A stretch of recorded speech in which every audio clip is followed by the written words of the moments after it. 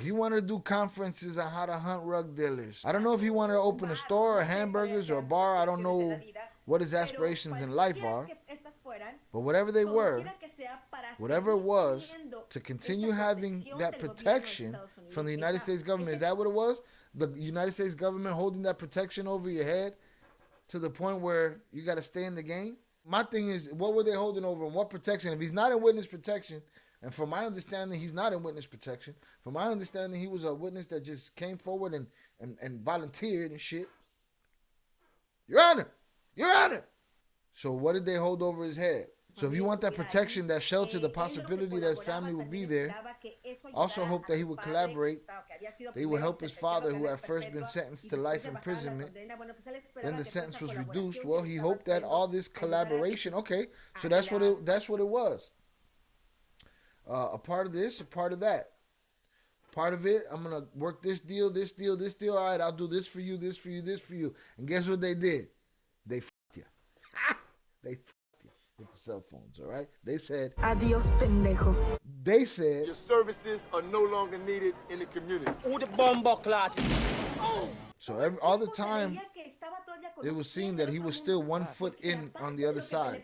The United States government itself. So one would wonder what happened to the agents who are supervising him. It won't be that they pushed him too much. We'll have to see. I still have to see.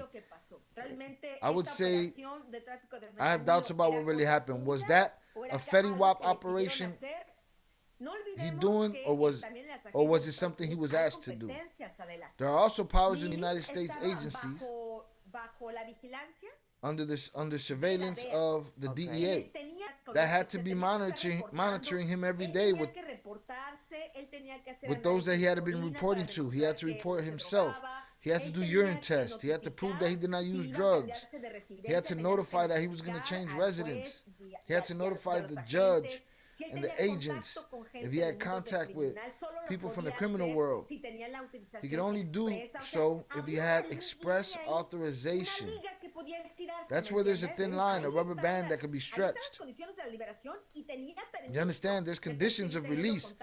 And I was allowed to continue having contact with criminals as long as I had the consent, the permission, the knowledge of the agents who were in charge of his surveillance.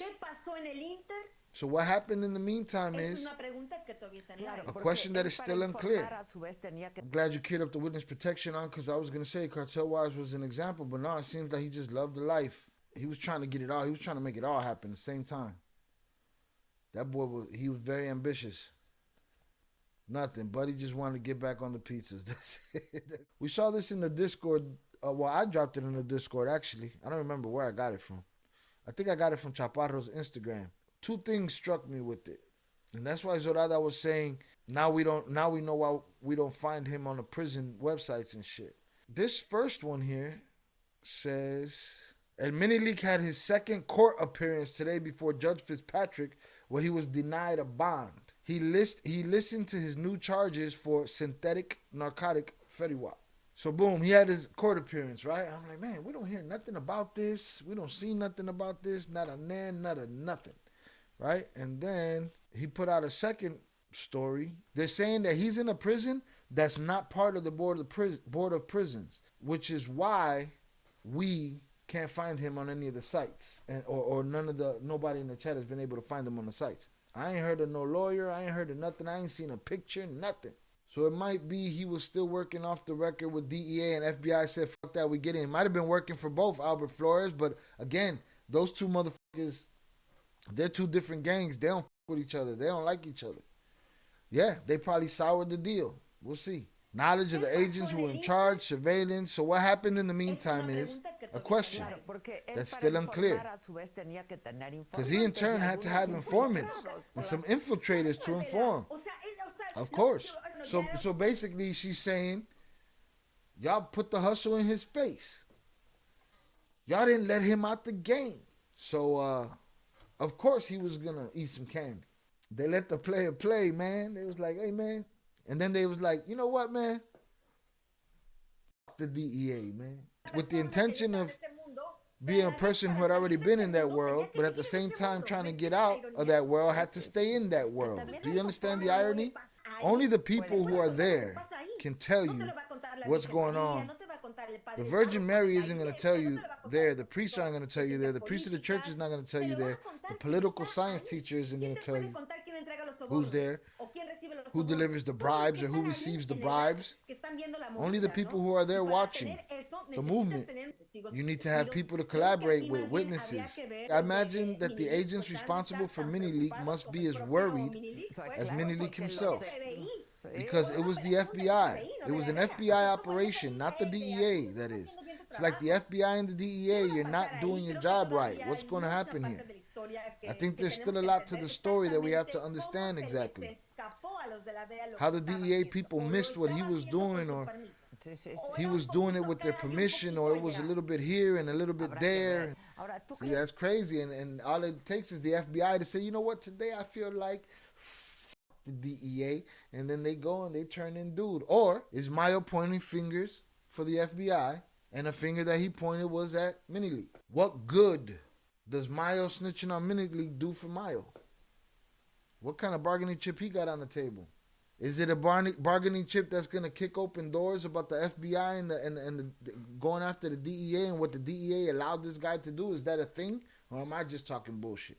FBI took a shit on DEA's whole operation with dude. Does it seem like maybe that's the big fish? The big fish is this FBI DEA thing, not Mini Lic? Because what would Mayo have to point at Mini Lic about?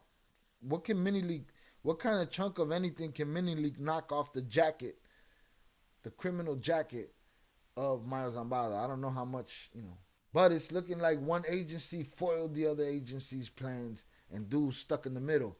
And again, to me, it seemed like he's in there making these deals himself, so I can't feel sorry for you. Tú te metiste. Now go home and get your fucking shine box. Do you think the arrest of Mayo Zambada has something to do with it? Do you think he could have said something? I was able to speak with people from Claudia Seidelbaum's government over the weekend. Yes, he was arrested. The president confirmed. The Secretary of Public Security will give information on this matter, which is why, by the way, as far as I understand, has not been given. Shout out Upper Echelon. He said he didn't hear the question. No, my question was, could it be, because they're fielding the question of if Mayo pointed the finger at Mini Lic. And my thing is, what would that buy Mayo, right?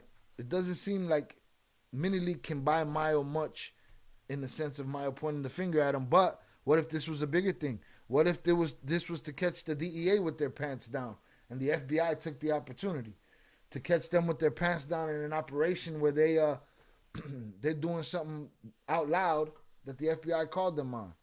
Again, I might sound ridiculous, but it's just a thought. I don't know, Shy. Mini Lic's supposed to be working with Miles. Now, here's the thing. I thought about that too. Listen, let me explain this to you. And maybe I'm wrong. Y'all can ask Upper Echelon. Mini Lic's supposed to be working with Miles. Yeah, but everybody's working for their motherfucking self. Solo, dolo. I'm in your bubble. I'm in your bubble. So I say that to say, yeah, they needed a way to a means. He was valuable and worth something. Hey, vamos a decirle a este pendejo, let's tell this pendejo that we're going to give him his land back and we're going to give him everything. He just got to do this, this, and this, and he's going to walk in triumphantly into Culiacan or wherever he's going to go. It could be the same person that point the finger at him and say, all right, we need him for this thing now. This bargaining chip got to move from here to here. So those alliances don't mean nothing, and it would also mean you got by another group of motherfuckers that you thought had your back. It's not looking good for dude. Shout out Chris. He said exactly, Shy. Mayo will hardly benefit from putting in Mini. Wouldn't affect much on Mayo's sentences. Upper Echelon said exactly. Okay. Let's see what the Mexican government's going to report. It's curious that it has to be the Mexican government when there was an arrest in Virginia, the United States. Yeah, because that's strange to me. This whole media silence on this shit is kind of crazy to me. But anyways, the point is that I was able to investigate.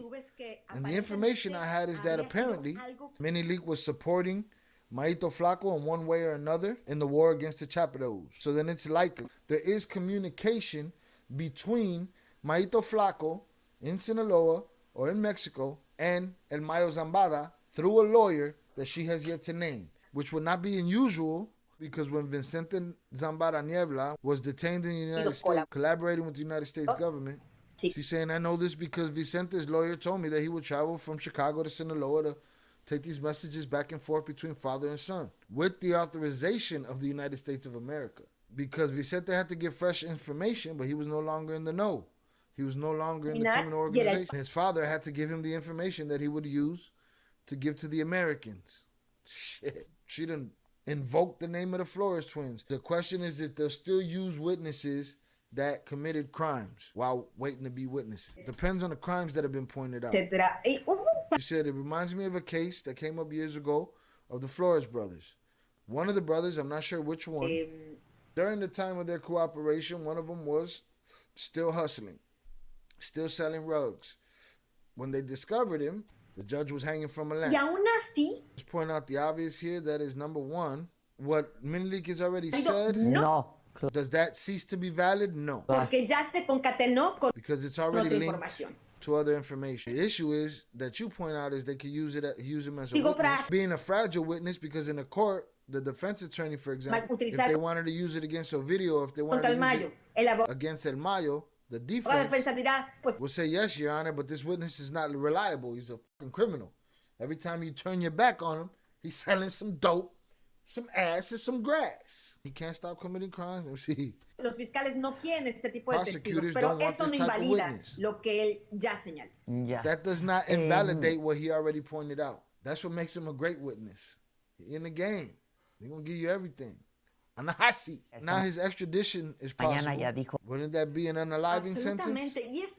She said absolutely. This extradition request said a year ago, well, last year, he was already there. He was afraid. If there was something he was afraid of, was being extradited to Mexico. I mean, he wasn't afraid enough to not. I mean, it sounds like they gave him a false sense of confidence. He said he saw pendejo and he just jumped head first. Yes, it could practically condemn him to unaliving. I had spoken with this official, the government of Claudio Saidobon, and they told me that they really don't imagine that this formal decision of extradition is also a bit to take care of the forms, but that in reality they don't want him extradited. Not in reality. Keep it real, they're not at risk for being unalive because of their cooperation. They're at risk of being unalive because of their business beef. I don't doubt that either. You were referring to the family this morning. I think we'll have to see. What I understand what happened is that they could be deported to Mexico. That would suck. Given that this umbrella is no longer there, that the agreement that Mini Lic was given probably is thrown out the window. They could be deported. That's also putting the family at high risk. It's not a delicate situation. That's why it would be important. And you might ask why. Because a person who was already out of the criminal life, returning, knowing all the risks, not only for him, but for his own family. I don't know. There are questions to be asked, and if so, then we would really be talking about a criminal phenomenon where one had to really ask who's involved. They can never get out of rug trafficking. I don't know. It's a question that's up in the air. They can't rehabilitate themselves, to put it in a way. Do you think there will be more arrests around the Mini Lic situation? Yesterday I was talking with our colleague Luis Chaparro, and he told me that probability was there would be more arrests. Yesterday in Sinaloa, the top guy that they called the top guy, they identify him as an operator of the Sinaloa Cartel, uncle of Ovidio Guzmán, del Raton. Do you think there will be more arrests? She said, I don't know if this arrest is linked. I don't think so either, to anything. But what I do know is that this guy from the Ovidio arrest, and I also found out about this a few hours ago, from another source of information, that this guy, this top guy, is a relative of the Guzmans. He was in the war between the Zambadas and the Guzmans. He was on the side of Mayito Flaco. So in reality, it seemed like a blow to the Chapitos. What? Didn't we talk about that too? How many of their own was going to turn against them when this whole conflict started? But she just said that the top guy that was supposedly family of Ovidio, which is supposedly family of one of the Guzmans, however, right, supposed top guy was actually fighting for the opposition of the Chapitos. He was fighting with the Maitos. So it's a very crazy, confusing, and propagandish conflict out there. She just said that. We don't know it to be true, but we did bring up the possibility of that when this whole conflict started. We brought up the possibility of that. She said, let's get into the war between the Chapitos and the Zambadas. She didn't ask her nothing about OCRAN leaks. Nothing. She said, how do you see the end of this conflict?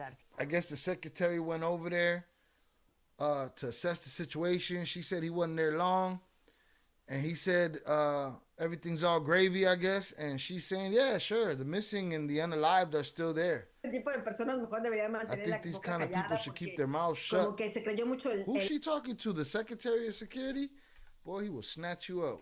So he's not there no more. He bounced. She said, did it do any good while he was out there? We shouldn't talk about this. They're still missing. They're still unalived in the street.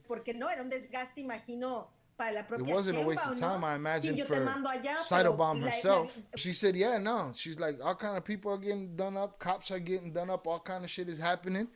And, you know, she said, if you're asking me what good did the security secretary being there do, she said, as much good as the governor, El Rocha. Oye, ¿y el Rocha? ¿Y el Rocha? Bueno, ¿y el Rocha? She be talking her shit, huh?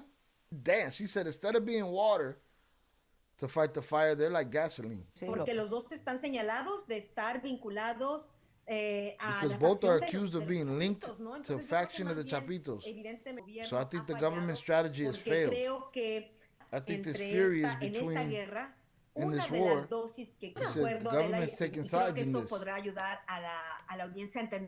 And I think this can help the audience understand.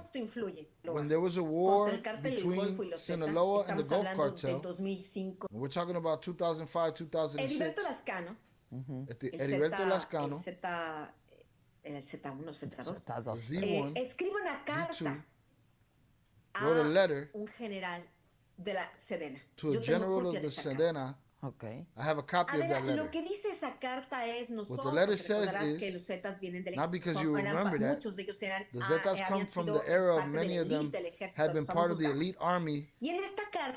And in this letter, one of the things that Heriberto said that bothered him the most, that they weren't going to leave the war, that they were going to continue doing what had to be done to win it. What I reproached the Sedena for is that this war is not a loyal war. It's not between us and the Sinaloa Cartel. The Sinaloa Cartel and you supporting them, so get out of this war. Take your hands off the war. Because if you continue supporting the Sinaloa Cartel, this is going to get worse. As it actually happened. Let's not forget there was already the complicity. In other words, she's saying what was happening then made shit worse, and that's the same shit that's happening now. So remember, Genaro Garcia Luna with the Sinaloa Cartel, Vicente Fox, and then texting of Felipe Calderon, there was a part of the state that was supporting the enemies. That was even more offensive, and the war never stopped because of it. Where the Zambadas say that they've already left us alone, the government, instead of being on us, is on the Chapitos. We're not going to stop this war. I hope that is not the case.